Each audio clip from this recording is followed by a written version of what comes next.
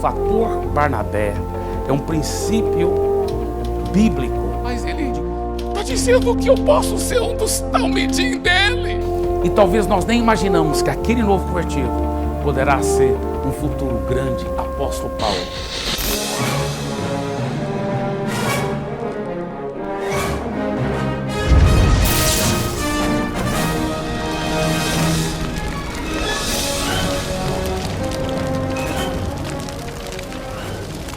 Gente, deixa eu falar uma coisa aqui para vocês. Um menino chegou para a mãe dele e falou assim: mãe,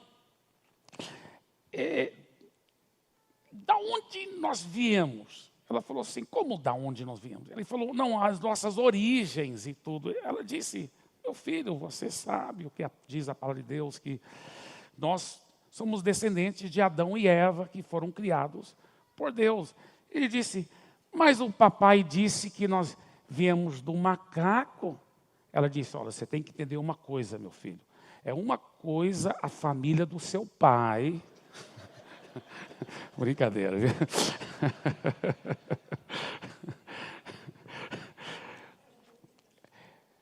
Mas, mais uma vez, eu quero enfatizar aquilo que o pastor Isaías e o pastor Matias disseram. Sejam muito bem-vindos, você é precioso.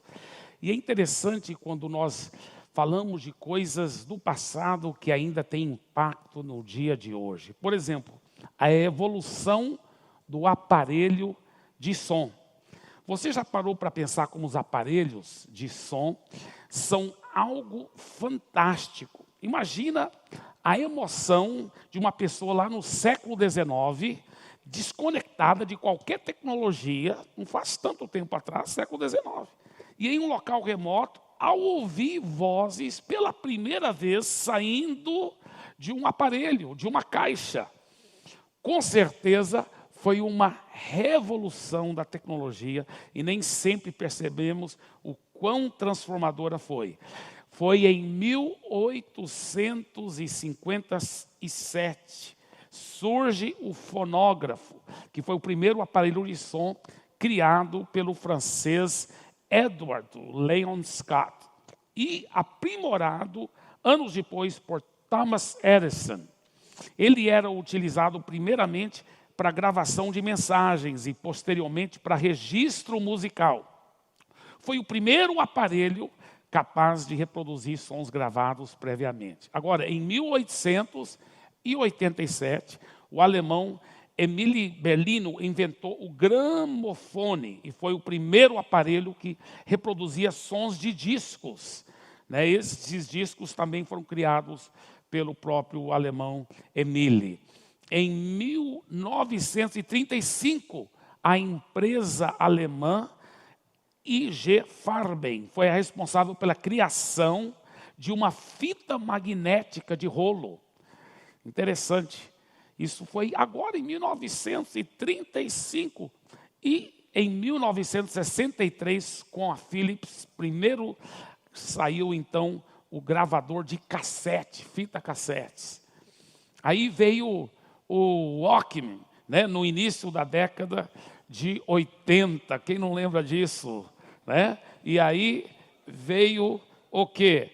Aí veio no início dos anos 90 os CDs.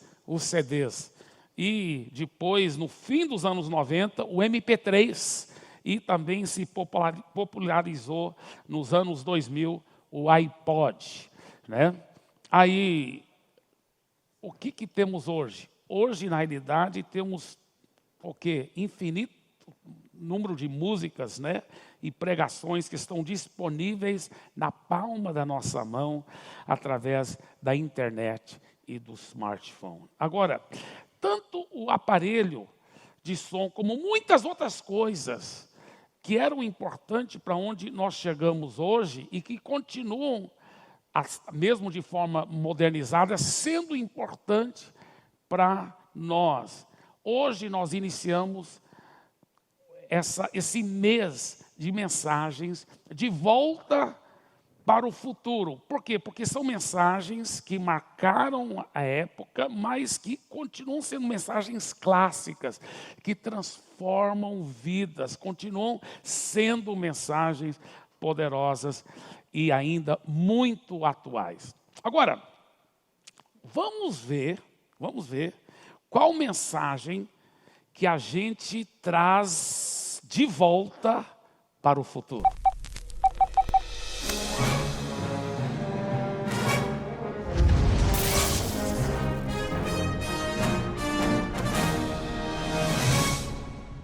É essa aí mesmo, fator Barnabé.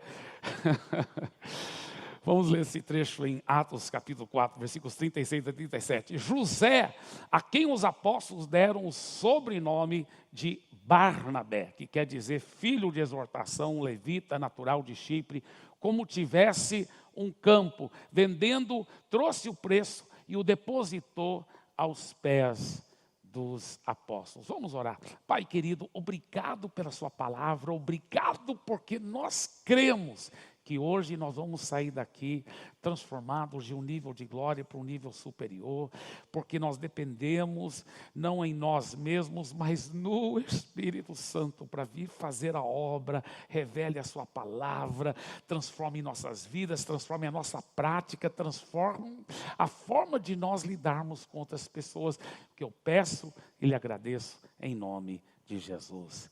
Amém.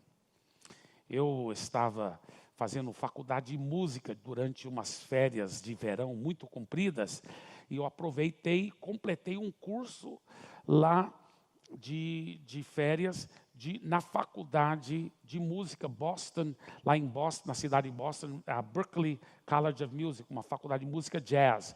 Eu não formei em música, eu formei em teologia de outra faculdade, mas foi só um curso que eu completei lá. O que acontece? Enquanto eu estava estudando lá, eu corria muito, né? Toda noite eu gostava de correr 8, 9 quilômetros. E uma dessas corridas eu estava voltando no ônibus urbano, ônibus da cidade, lá para as 10h30 da noite. Eu não era pastor, nem tinha cara de crente, meu cabelo era comprido, eu estava só de shortinho de nylon e tênis, que eu estava correndo.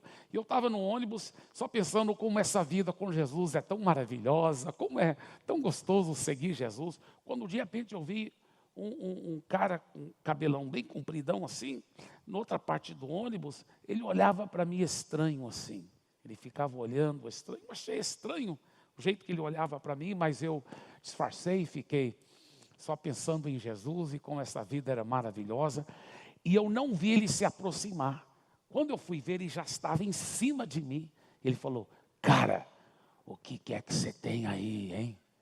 E eu falei, como assim? O que você quer dizer? Ele falou: você sabe o que eu quero dizer. Bem, isso era muitos anos atrás, e não tinha certos movimentos. Eu não sabia. Eu falei: não, cara, eu lhe garanto, eu não sei o que você está querendo dizer. Aí ele falou bem baixinho para ninguém ouvir no ônibus. Ele falou: eu quero saber que tipo de droga que você está tomando que te faz tão cheio de alegria. Ele falou: cara, eu preciso dessa droga, você tem que me falar, eu preciso dessa alegria que eu vejo em você, cara. E eu quase que eu disse: não, cara, não estou tomando droga nenhuma, mas eu não disse isso, porque eu pensei: meu Deus, que oportunidade maravilhosa de falar de Jesus. Então naquele momento eu me tornei um santo traficante. Já que ele estava tudo místico, né? Eu também fiquei muito místico. Eu falei: cara, claro que foi em inglês, né? Man, né? Mas, cara, você quer saber mesmo que eu tenho, cara? Ele falou: quero. Eu falei: você tem certeza, cara? Ele falou: sim. Eu falei: é Jesus. Aí eu pude falar de Jesus para ele. Foi tão maravilhoso, tão precioso.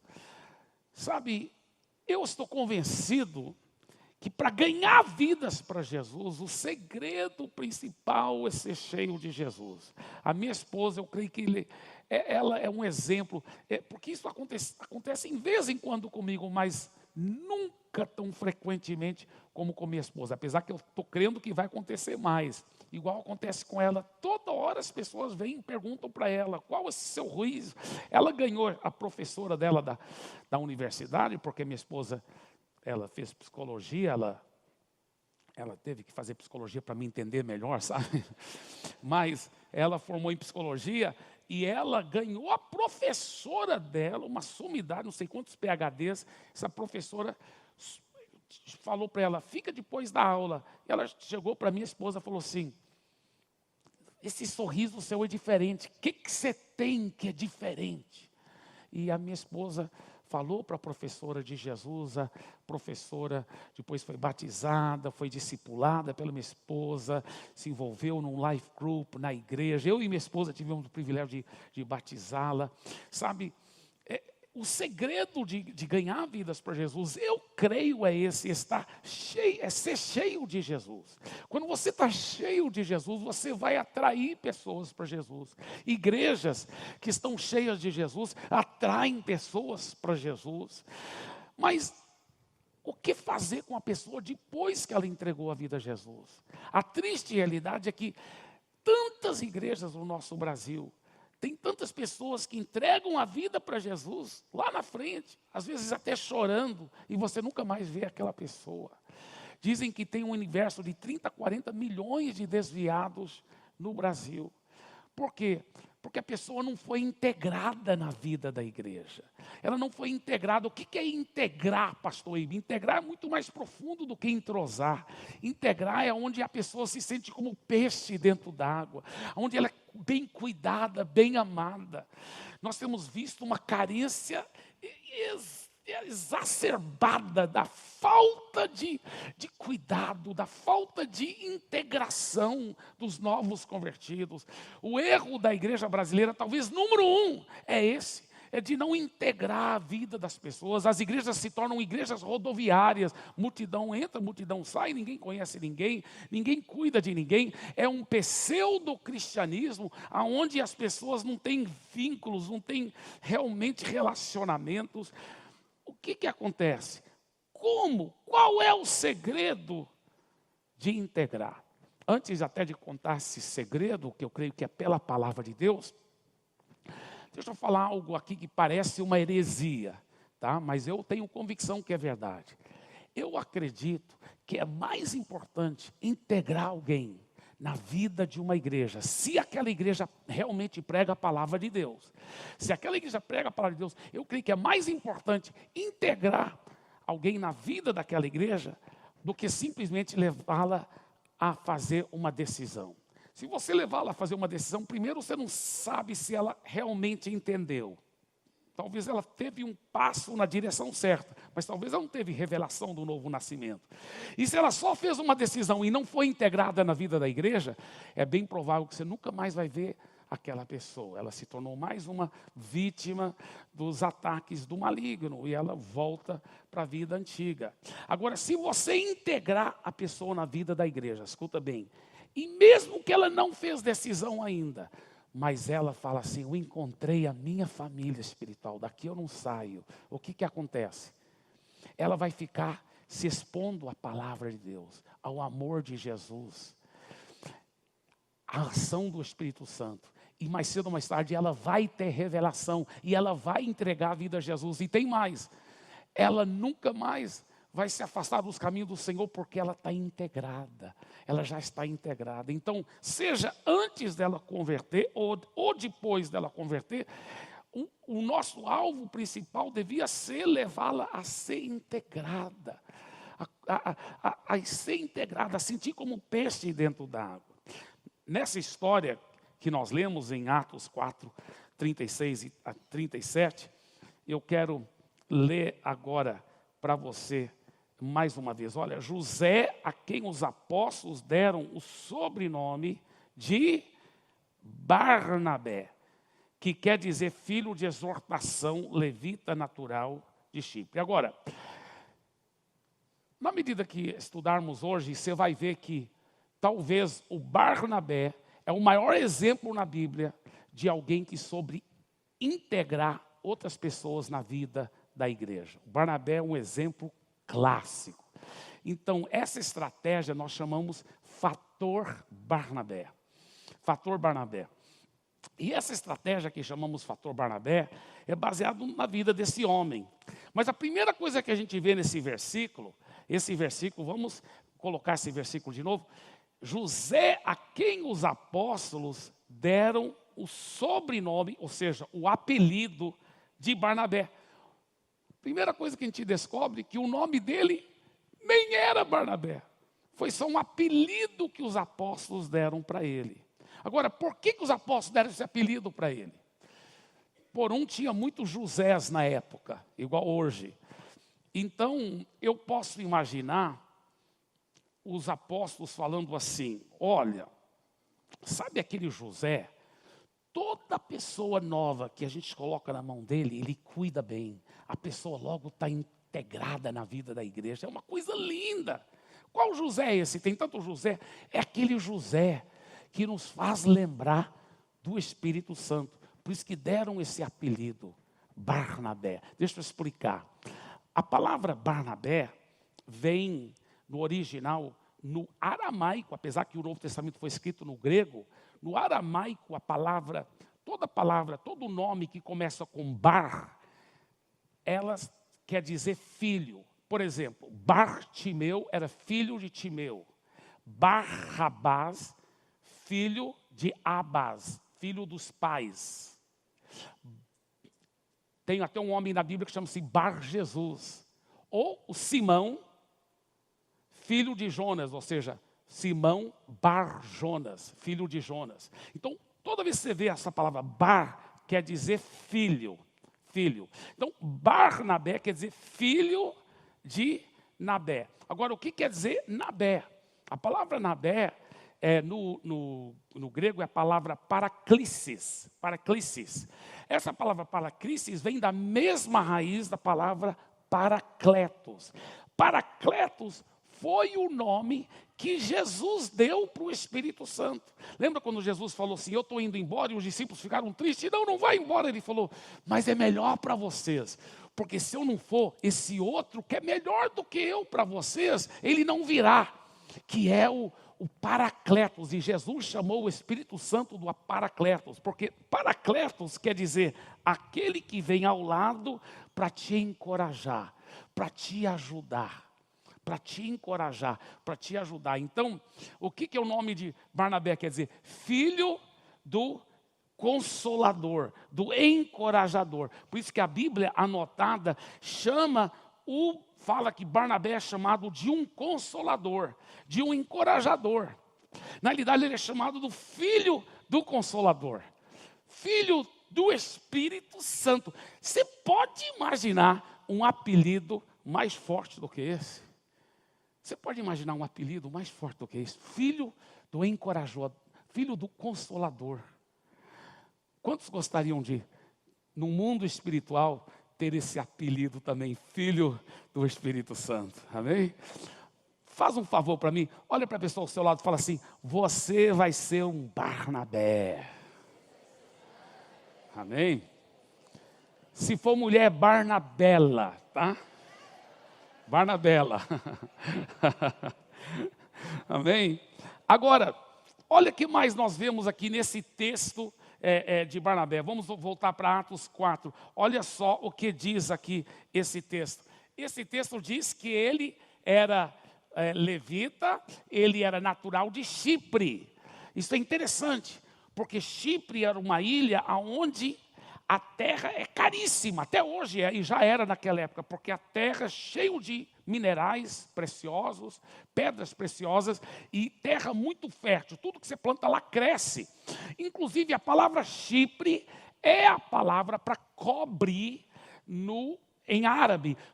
Lá no Império Romano, a maior mina de cobre estava nessa ilha de Chipre. Então, Barnabé pega aquele terreno caríssimo, ele vende e ele pega todo o dinheiro daquele terreno e deposita para ajudar a ganhar mais vidas para Jesus. Se você quiser ser um Barnabé, se você quiser ser uma Barnabela, um dos maiores segredos é ter um coração desprendido, é ter um coração que não é egoísta, nem com seus recursos, nem com seu tempo, Porque muitas vezes você vai estar querendo só ter um tempo sozinho. Mas o Espírito Santo vai te dizer, vai cuidar de alguém, vai ajudar outra pessoa. Se você e eu quisermos ser Barnabés ou Barnabelas, nós temos que ser pessoas desprendidas, pessoas generosas. Vamos ver outro momento em que Barnabé se encontra aqui em Atos capítulo 9. Olha só, tendo chegado a Jerusalém. Quem foi que chegou a Jerusalém? Aqui está se referindo ao Saulo. Saulo era um novo convertido ainda nessa época. Depois ele se tornaria o grande apóstolo Paulo. O grande apóstolo Paulo. Mas nessa altura do campeonato, ninguém imaginava isso. Porque ele só era um novo convertido. O nome dele era Saulo. Ele chegou a Jerusalém, ele procurou o quê? Juntar-se com os discípulos. Todos, porém, o temiam, não acreditando que ele fosse discípulo. Olha que a Bíblia diz, todos não acreditavam, ninguém acreditava nesse homem. Por quê? Porque ele que perseguia os cristãos antes, ele jogava os cristãos na cadeia. Então, ninguém estava acreditando. Eu imagino como deve ser constrangedor você chegar a um lugar e você não conhece ninguém. Foi o que ele fez. Ele chegou na igreja de Jerusalém, talvez para o culto lá, e não conhecia ninguém. Ele deve ter sentido estranho o jeito que as pessoas estavam olhando para ele. Você já foi para uma festa de aniversário, vamos supor, que alguém te convidou, só que você não conhece ninguém lá. E você chegou antes da pessoa que te convidou, aí você fica meio sem jeito, que você não conhece ninguém, você está esperando a pessoa que te convidou, você fica olhando no celular, então, tal, talvez até liga para alguém para ocupar o tempo, né? E conversa. Quantos já tiveram uma experiência semelhante a essa?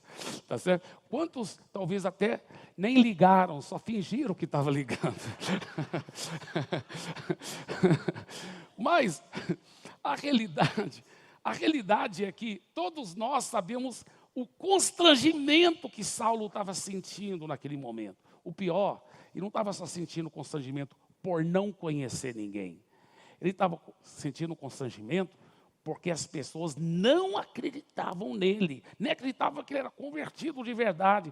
Não, eu vi quando esse cara jogou a minha tia na prisão e depois ela foi morta.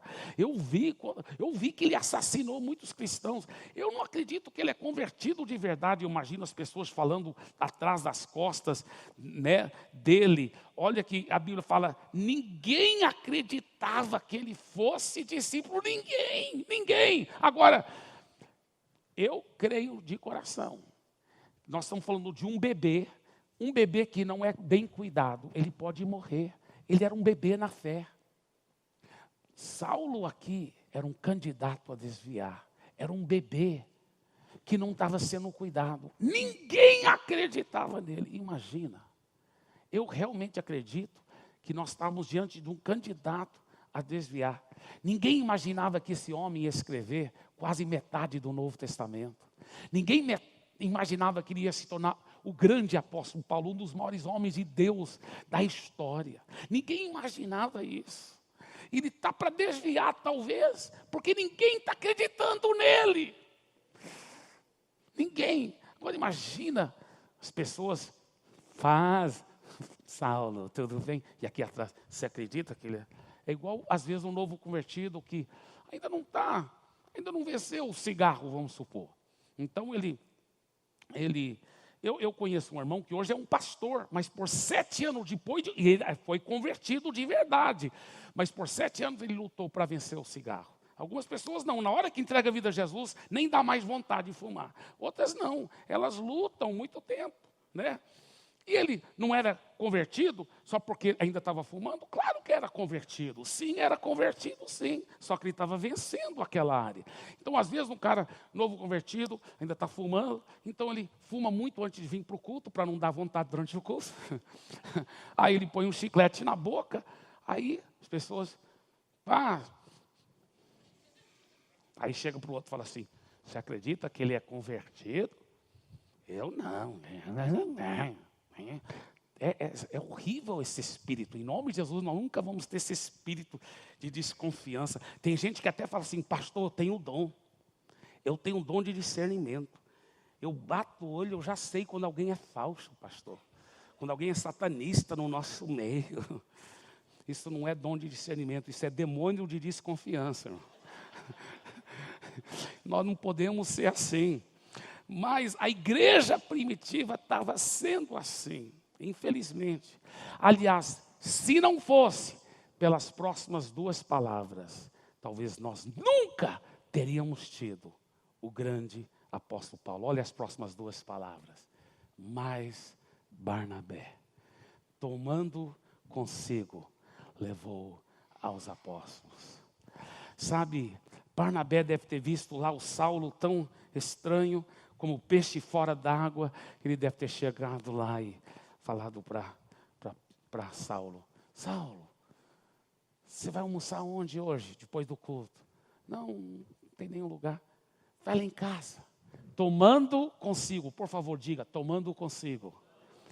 Levou-lo consigo. Então ele deve ter levado para a casa dele. E lá, enquanto estava almoçando, ele deve ter falado para o Saulo. Saulo, me conta seu testemunho. E uau! Quando Saulo contou o testemunho, porque eu estava indo para a estrada de Damasco e Jesus apareceu para mim uma luz muito forte, etc. e tal. Uau! Ele falou, os apóstolos têm que ouvir isso. E olha o que diz a Bíblia.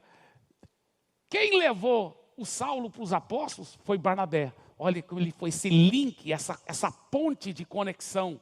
E quem contou o testemunho de Barnabé, o testemunho de Saulo para os apóstolos, não foi nem o Saulo, era o próprio Barnabé. Ele estava aqui com Saulo ao lado e contando para os apóstolos o testemunho, contando e integrando todo mundo. E depois que ele integrou todo mundo, e integrou o Saulo com todo mundo, apresentando ele para os apóstolos e tudo. Olha o próximo versículo, olha o que diz, o próximo versículo.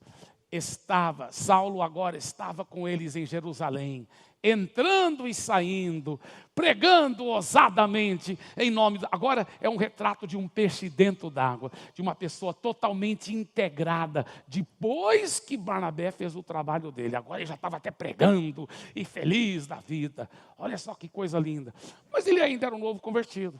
E como um novo convertido, olha só o próximo versículo. Falava e discutia com os helenistas.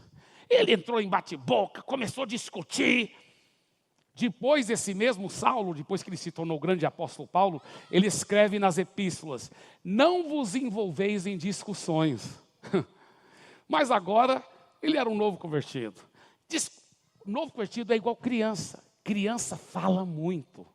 Criança fala muito. Tem gente que não quer trabalho com criança, né? Não quer trabalho com criança. Tem gente que espiritualmente também não quer trabalhar com criança. Porque criança dá problema, fala, discute. E aí deve ter causado um problema lá para a igreja primitiva. Eu, pessoalmente, posso estar enganado, irmãos. Quando chegar no céu, nós vamos confirmar isso.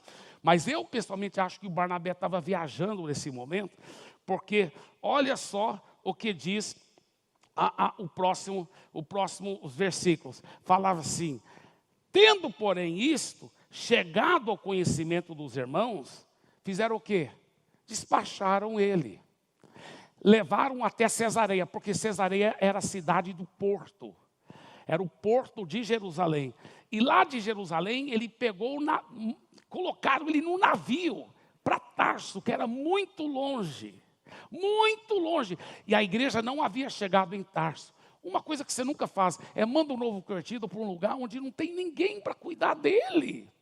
Aí eu posso imaginar os apóstolos conversando, rapaz, esse Saulo está dando muito problema, está um tumulto, pessoas querendo matá-lo, a situação. Cadê o Barnabé quando a gente precisa dele? Cara, esse Barnabé viajando, rapaz, vamos fazer uma vaquinha aqui, vamos comprar uma passagem para ele, para Tarso, vamos fazer vaquinha. Tarso, é Saulo nosso amigo, você é Saulo de Tarso, né? Você vem de Tarso, tá certo? Tem uma boa notícia para você. Você sabe que o pessoal está com raiva de você. Nós compramos uma passagem aqui para você, tá? Compramos uma passagem, alguém vai te até levar até o navio, para garantir que você vai entrar no navio. E E só que tem um detalhe, Saulo. Essa passagem é só de ida. Só de ida. E ele fica lá. É uma coisa que você nunca deve fazer. Isso nos conforta, que a igreja primitiva não era perfeita. Ela também estava aprendendo. Olha o próximo versículo. A igreja passava por um período de paz. Graças a Deus, nos livramos daquele novo convertido problemático. Só estava dando problema aqui, agora temos paz. Temos paz. Agora temos paz. Porque nos livramos do problemático. E realmente, passou-se tempo e lá estava ele.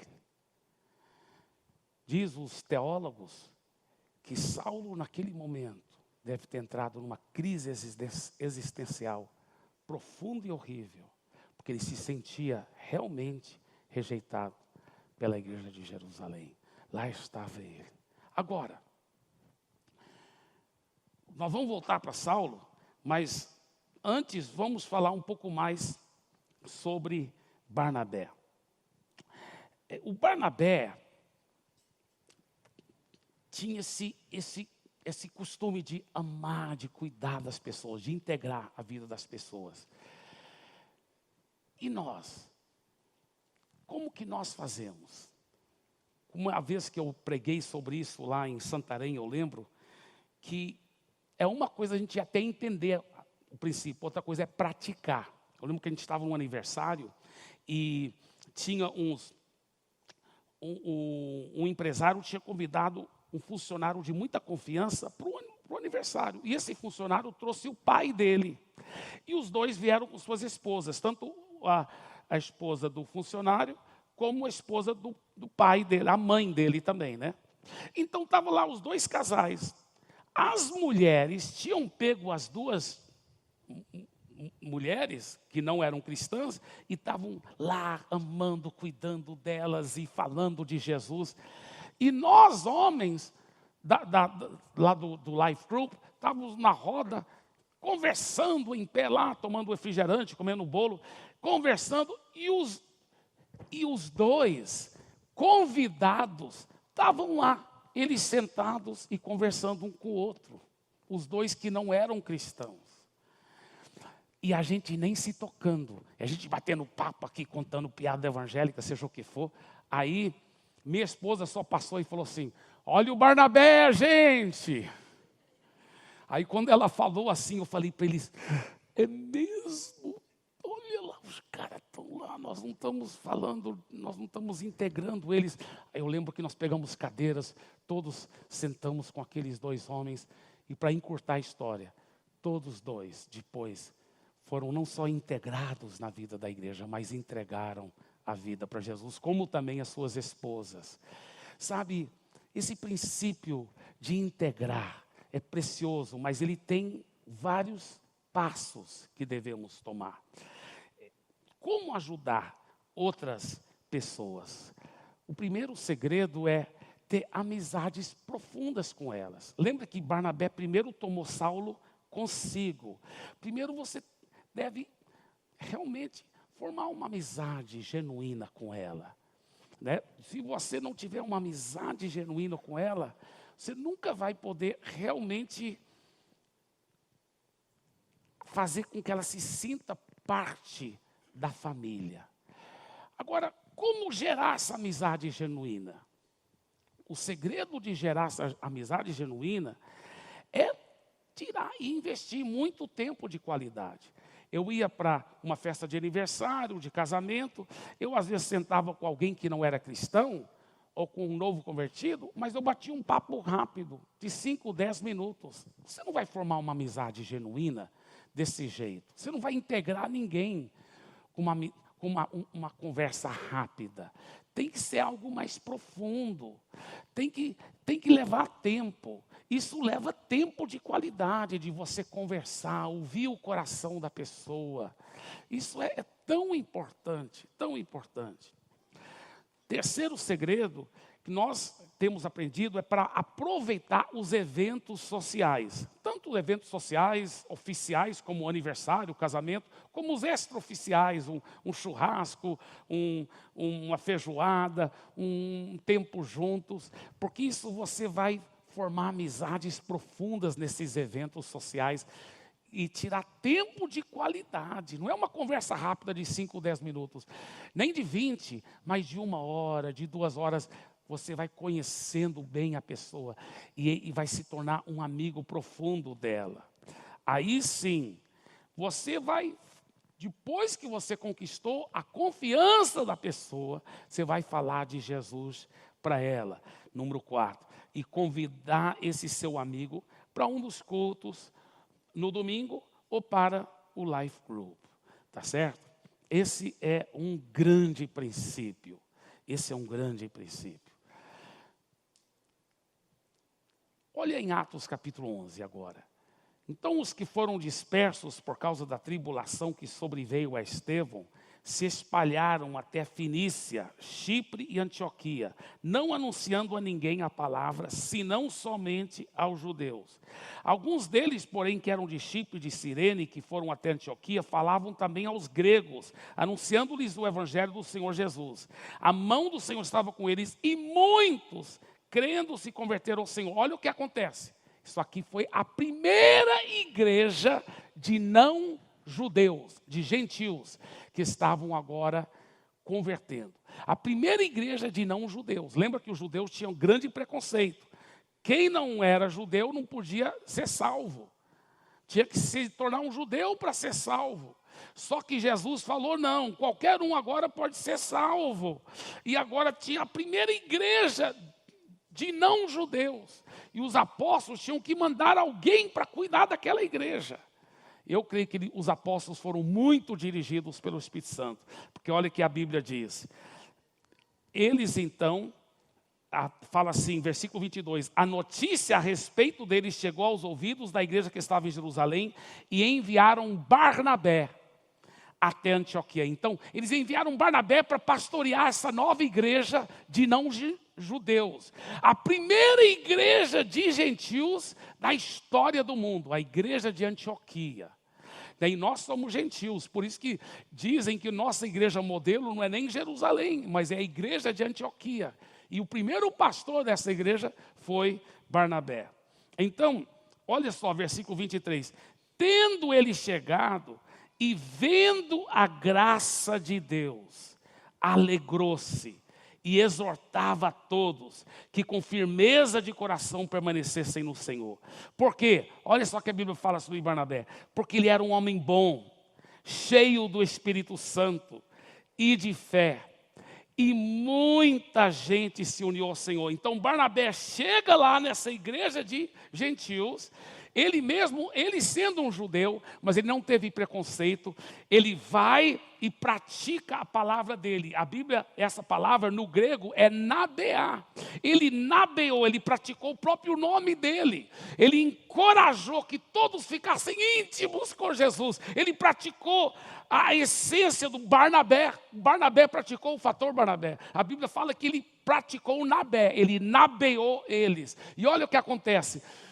Depois que ele praticou o fator Barnabé com eles, olha o que a Bíblia diz. E muita gente se uniu ao Senhor. Deixa eu te falar uma coisa. Aonde tiver um Barnabé, muita gente vai se unir ao Senhor. Aonde tiver uma Barnabela, muita gente vai. Feliz o Life Group que tem pelo menos um Barnabé. Porque muita gente vai se unir ao Senhor. Feliz a igreja que tem pelo menos um Barnabé. Porque muita gente. Você é um Barnabé? Você vai atrás das pessoas. Você ama, você cuida. Agora Barnabé era pastor de uma igreja. Estava pegando fogo. Já era grande. Agora muita mais gente se uniu ao Senhor. A igreja explodiu em crescimento. Estava um avivamento. Mas olha o próximo versículo. E partiu Barnabé para Tarso, à procura de Saulo. Gente, que coisa. Que coisa, Barnabé está pastoreando essa grande igreja, mas ele não esqueceu de Saulo. Ele não esqueceu. Falou, agora é minha oportunidade. Até porque Antioquia ficava bem mais perto de Tarso do que Jerusalém, mas ainda era longe. Ainda era longe. E tudo indica que ele foi a pé e caminhou alguns dias para chegar lá. E naquela época não tinha Google. Ele não podia só colocar o nome Saulo de Tarso e achar o endereço. Né? Ele chegou lá na cidade de Tarso e procurou. A Bíblia fala que ele procurou o Saulo. Procurou. Então eu imagino que ele chegou lá, foi para a praça, onde as pessoas estavam construindo tendas, e falou assim, vocês conhecem um solteirão pelo nome de Saulo, que faz tendas? Ah, sim, sim. Onde ele mora? Tal rua, tal casa. E eu imagino que o Saulo já estava, isso era o final do dia, já estava em casa. E o Saulo, a Bíblia não diz isso, mas eu imagino que talvez aconteceu assim. Saulo estava lá no quartinho dele, a cama daquela época era só um colchãozinho de capim no chão, e ele sentado na caminha dele, e talvez pensando assim, chorando, falando, Deus, o Senhor me disse que eu ia ser grandemente usado. Quando o Senhor apareceu para mim lá na estrada de Damasco, o Senhor falou que eu ia ser muito usado pelo Senhor. Aquela visão foi do Senhor mesmo. Já se passou todos esses anos. Em Jerusalém não deu certo. E o Senhor ainda quer me usar? Ou será que eu pisei na bola tão feiamente que não tem mais jeito para mim? Ou será que aquela visão foi do Senhor? E eu imagino ele começou a chorar. Deus, fala comigo. Faz alguma coisa. E de repente ele ouve alguém bater na porta. E a mãe dele abre a porta. E ela diz sim. E ele ouve uma voz que ele reconhece. Lembra-se, Tarso é muito longe de Jerusalém. Ele ouve aquela voz. Aquela voz diz, essa é a casa de Saulo? Sim. Ele está aí? Sim. Posso falar com ele? Diga para ele que é um amigo dele, o Barnabé. Barnabé, o único que acreditou em mim, quando ninguém acreditava. Ele enxugou as lágrimas. Ele sai, na hora que Barnabé está entrando na sala, ele também está entrando na sala, os dois se abraçam. Barnabé, Saulo. Os dois ficam abraçados. E o Saulo pensa assim, os apóstolos pediram Barnabé para levar alguma carta importante para Roma. E ele parou na ida, né? É só uma passagem aqui, porque Tarso era na ida, né? Então ele parou. Então o Saulo fala assim, Barnabé, o que você está fazendo aqui? Tarso, a fase. Barnabé fala assim, Saulo, eu vim aqui atrás de você. Eu só vim por essa razão. Só que Saulo pensa que ele está exagerando, né? Desceu do navio por causa de mim e tal. Então, o Saulo, depois que eles batem mais um pouco de papo, Saulo fala assim, não, mais sério, Barnabé, o que você está fazendo aqui em Tarso? Ele falou, eu já te disse, Saulo, eu vim aqui somente por uma razão. É por causa de você. Mas por causa de mim, por quê? Porque eu quero que você vá comigo. Ah, não dá, eu não posso voltar para Jerusalém, não, o negócio não deu certo. Eu não estou em Jerusalém mais. Eu estou em Antioquia.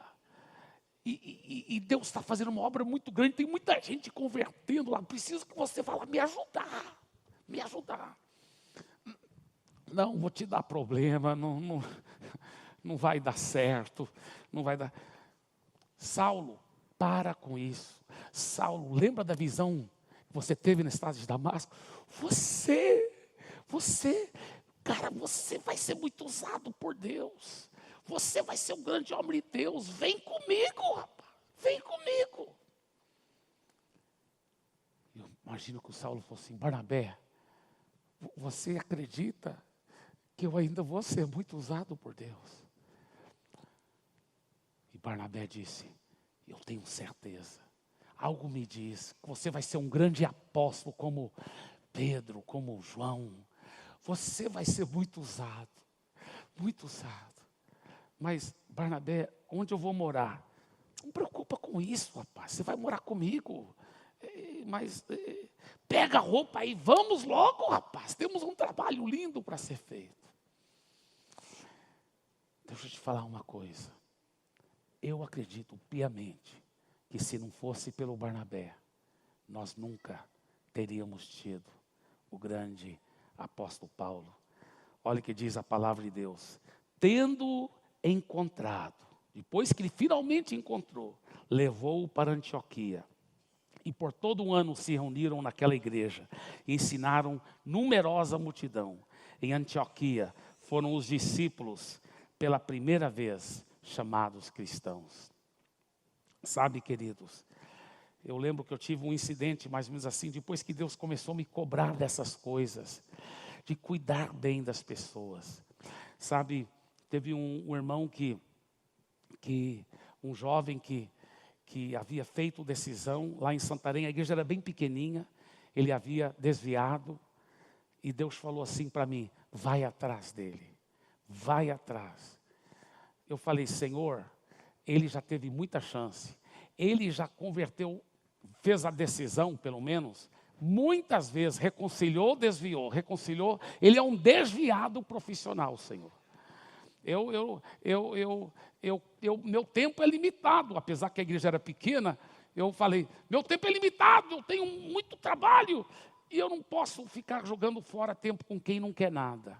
E Deus falou assim, meu filho, você quer que eu um dia pastorear uma igreja bem grande?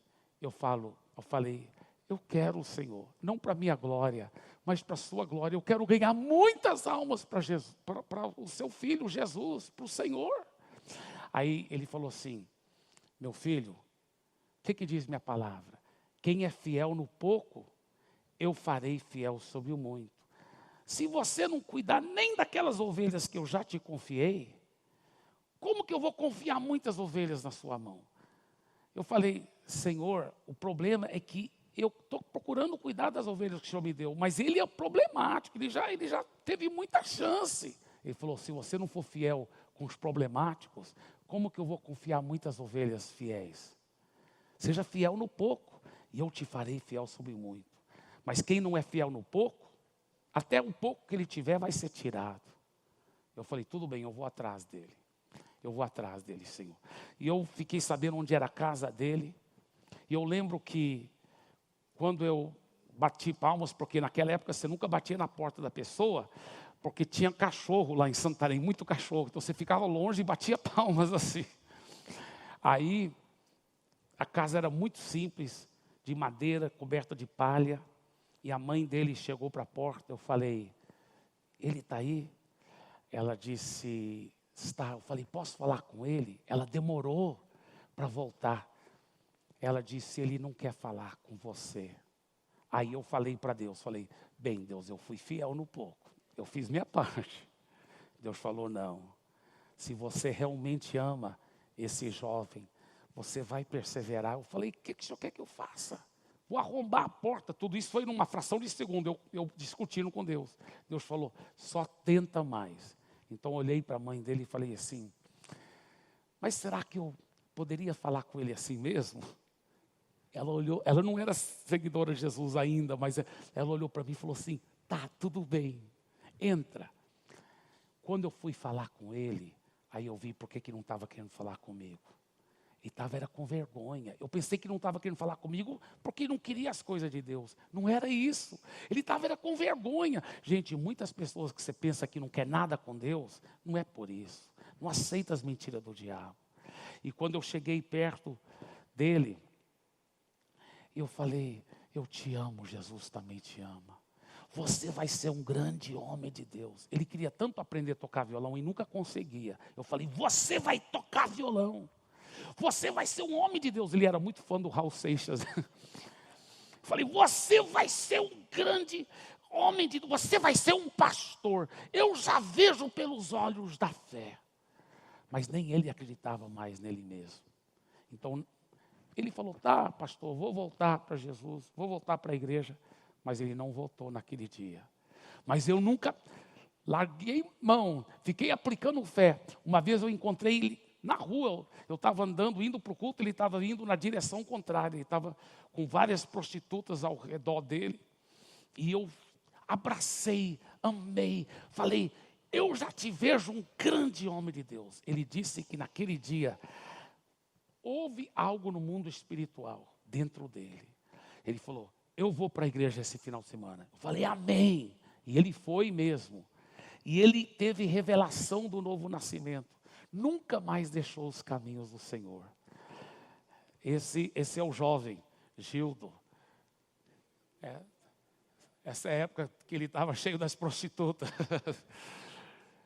Mas Jesus fez uma obra poderosa. E ele entregou a vida totalmente para Jesus. E sabe o que mais? Eu tive o privilégio de ensiná-lo a tocar violão. Ele tocou violão, compôs músicas e aprendeu a tocar bem. Aí Deus deu uma gatinha para ele, cheia de Jesus também. Casaram, os filhos todos servindo ao Senhor. E eu tive o privilégio de ordená-lo pastor. De orar sobre a vida dele. E toda a família dele converteu. Ele tem 2 outros irmãos que também são pastores. E Deus prosperou a vida dele. E ele pregou aqui, no dia que nós o enviamos daqui com uma grande equipe para pastorear a Paz Church na capital de Mato Grosso do Sul, Campo Grande. Olha aí a equipe. Essa é só uma parte da equipe que foi com ele para Mato Grosso do Sul. Hoje ele é o pastor da Paz Church em Mato Grosso do Sul. Amém?